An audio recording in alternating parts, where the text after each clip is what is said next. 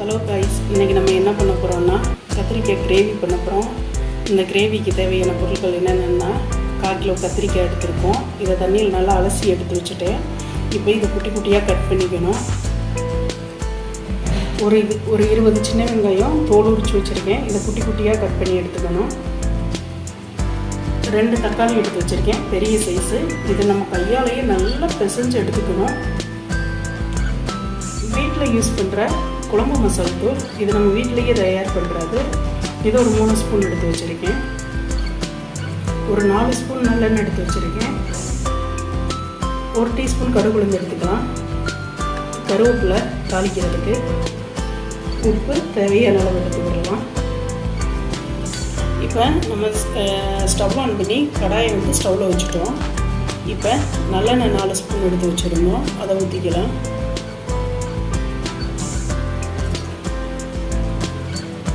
எண்ணெய் காயட்டும்.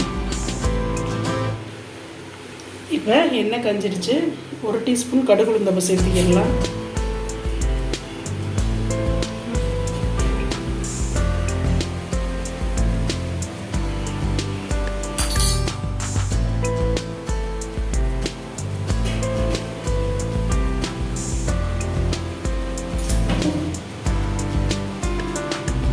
கடுகு உளுந்து வெடித்து செவந்து வந்துருச்சு. இந்த டயத்தில் கருவேப்பிலை சேர்த்துக்கிடுவோம். அடுத்து நம்ம குட்டி குட்டியாக நறுக்கி வச்சிருந்த சின்ன வெங்காயத்தை சேர்த்துக்கிடுவோம்.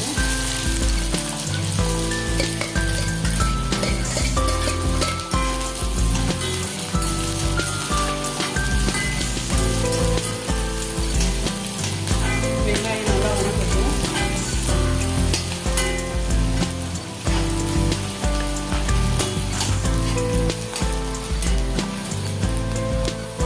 வெங்காயம் நல்லா வணங்கிடுச்சு. கத்திரிக்காய் பாருங்கள், இந்த மாதிரி குட்டி குட்டியாக கட் பண்ணி வச்சுருக்கோம். இப்போ தண்ணியை நல்லா வடிச்சிட்டு சேர்த்துக்கிடுவோம்.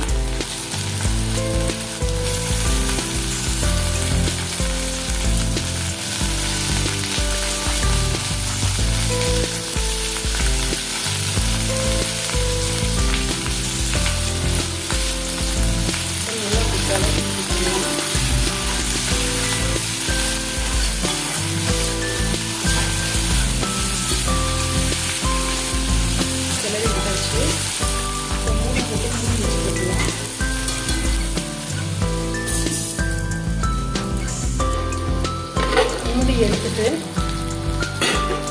காயை வந்து நல்லா கிளறி எடுத்துக்கலாம்.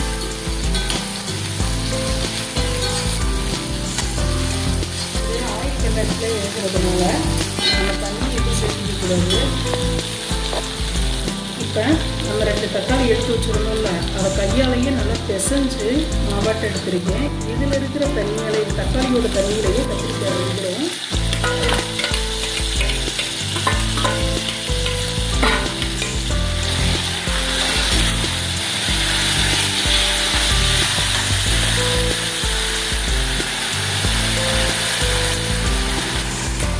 இப்போ இதுக்கு தேவையான உப்பு சேர்த்துக்கலாம். தேவையான அளவு சேர்த்துக்கலாம்.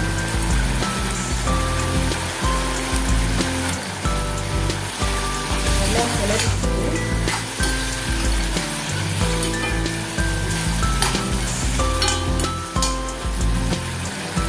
மூடி போட்டு மூடிடலாம். இது ஒரு 5 நிமிஷத்துலேயே குக் ஆகிடும், நல்லா வெந்துடும்.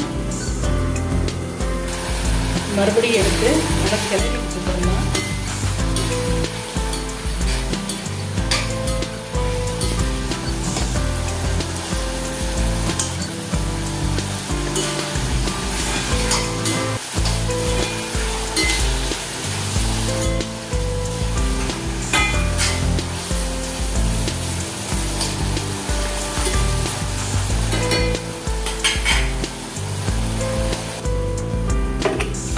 ஓப்பன் பண்ணி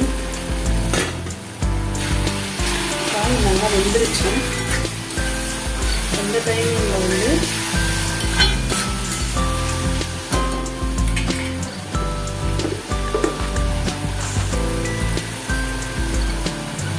மசாலா தூள் சேர்த்துக்கலாம். இந்த ஸ்பூனால் ஒரு 3 ஸ்பூன் சேர்த்துக்கலாம். காரம் கம்மியாக வேணும்னா 2 ஸ்பூன் சேர்த்துக்கோங்க. நான் 3 ஸ்பூன் சேர்த்துக்கிறேன், கொஞ்சம் காரமாக வேணுன்றதுனால.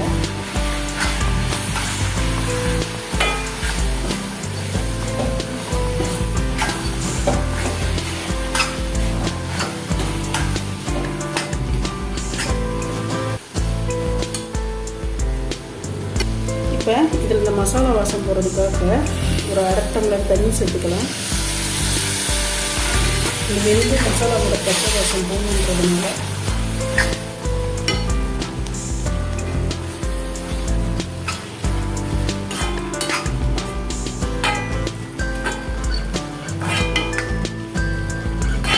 இப்போ இந்த தண்ணி சேர்க்குறப்ப நம்ம ட்ராவல்ஸ்லாம் வந்து போனோம்னா லைட்டாக அந்த தண்ணியில் புளி கொஞ்சமாக எடுத்து கரைச்சி அதில் சேர்த்திக்கிட்டோம்னா 2 நாள் ஆனாலும் கெட்டு போகிறது அப்படியே இருக்கும்.